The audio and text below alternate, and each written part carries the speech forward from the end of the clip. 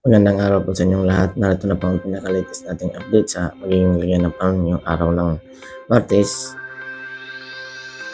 August 12, 2025. Sa kasalukuyan nga po, ang minomonitor natin bagyong Sigoryo ay unti-unti na pong mas malapit na sa ating bansa. Kaya naman po ating antabayanan at magpaghandaan ng palalapit ng bagyong Sigoryo.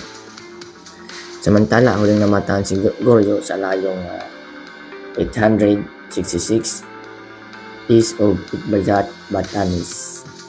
Taglay pa rin ito ang lakas na umaabot sa 160 at may pagbugso na umaabot sa 195 kilometers per hours at may pagkilos na 20 kilometers per hours. Kaya po mas mabilis po ito makakalapit sa ating bansa dahil mas bumilis nga po yung paggalaw nito. Samantala, inaasahan din po natin na mas bababa po yung pagdaan ng bagyo kung saan ay tatama ito sa may Taiwan, ang pinaka-center.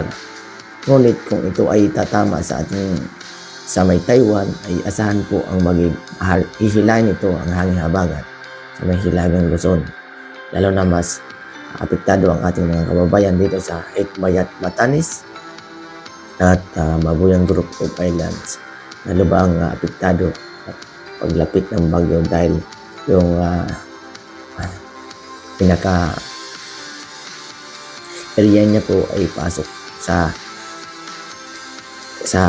Batanes, kung sa lawak po ng bagyong ito ay asahan nasaklaw pa rin niya ang Batanes kahit hindi ito dumaan sa pinakasentro ng Batanes or Mabuyang Group of Islands. Kaya naman po ating antabayanan ang paglapit ng bagyong si Goryo.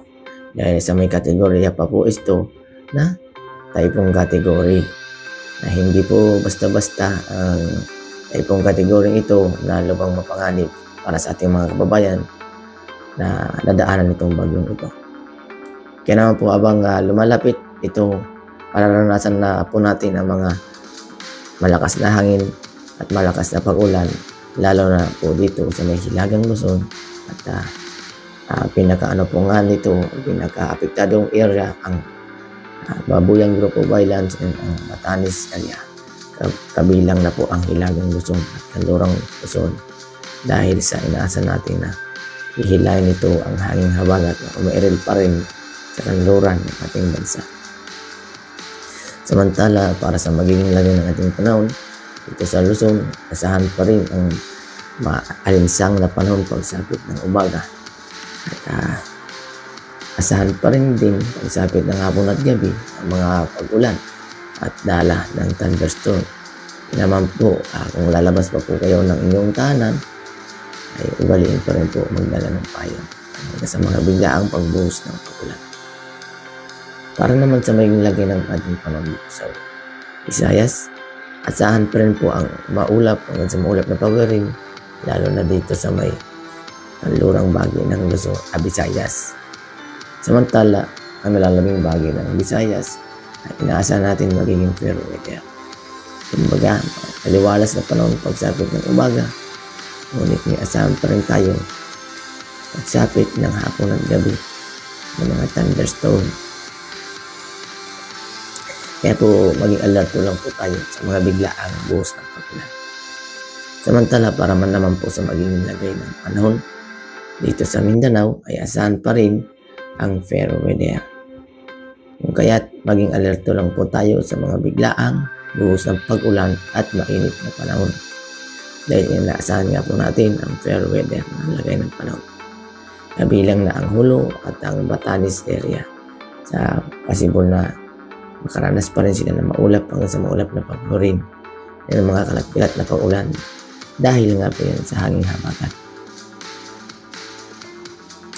Para naman sa magiging lagay ng ating karagatan, wala po tayo nakataas na giluwarning sa anumang may bayan ng ating karagatan.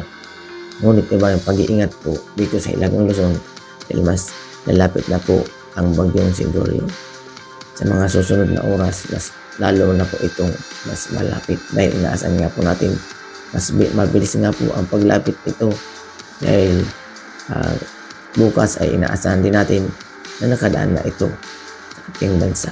Sa ngayon ay palapit na po ito. Kaya po antabayan po dahil sa mga update na ilalabas natin, kailangan makapag-subscribe po kayo para maging updated po kayo sa ating YouTube channel.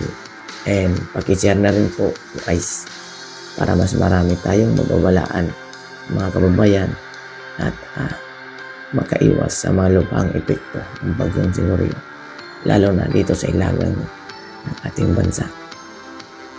At yan nga po ang ating pinaka-latest na update sa magiging lagay ng ating panahon ngayong araw ng Martes. And maraming salamat sa inyo at ingat po palagi mga kababayan sa posibleng pagbaha at bago ng lupa, lalo na po sa nalalapit na bagyong Siguryo. At patuloy po tayo mag-update sa mga susunod pa nating update, kaya paki-like and subscribe po. Thank you and God bless. Bye for now.